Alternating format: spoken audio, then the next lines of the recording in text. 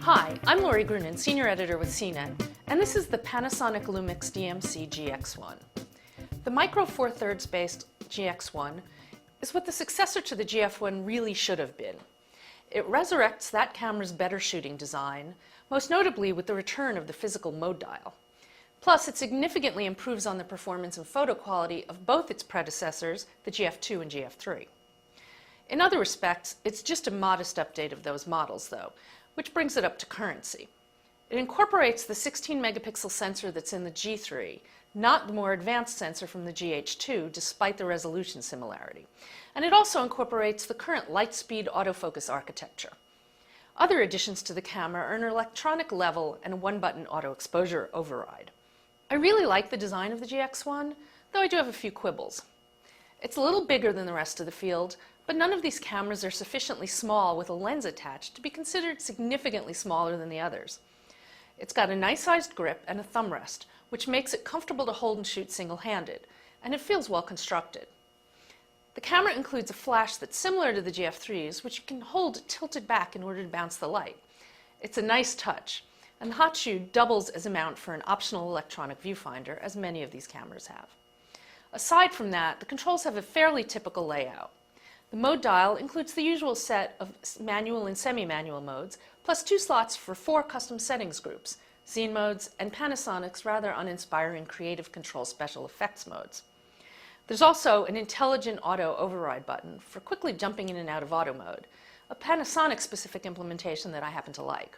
As with its sibling cameras, the GX1 has a great hybrid interface, which can operate either via the extremely customizable touchscreen or via the hard controls.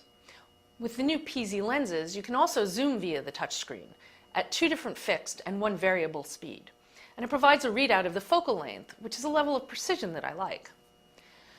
My only complaint about the interface is that some of the buttons are just too flush with the body and hard not only to feel but to press. The silver buttons are also etched rather than labeled, and it's nearly impossible to see the labels in dim light without tilting the camera toward a light source. My biggest design reservations, though, have nothing to do with the camera and have more to do with the X Series lens. I like the concept behind the powered lens, and that it automatically retracts when you power off and becomes quite compact. It's quick and quiet with good stabilization, and optically seems about the same as its traditional 14 to 42 millimeter counterpart. But the placement of the zoom and manual focus switches is really awkward, especially if you're shooting without the optional EVF. I always feel like I'm contorting my hand to operate the zoom when holding the LCD at eye level. Furthermore, using a switch for manual focus feels annoyingly imprecise compared to a manual focus ring. The feature set's solid, but there's nothing particularly exceptional beyond what competitors offer. The GX1 delivers some of Panasonic's best photo quality to date, but the issues with so-so JPEG processing remain, and its noise profile still can't match the NEX5N. The video looks good, and the 1080-30p MP4 option is a nice alternative to interlaced AVC HD. Video is sharp and pleasingly saturated, and the image stabilization in the lens does a fine job. But, like most models of this class, it suffers from annoying rolling shutter.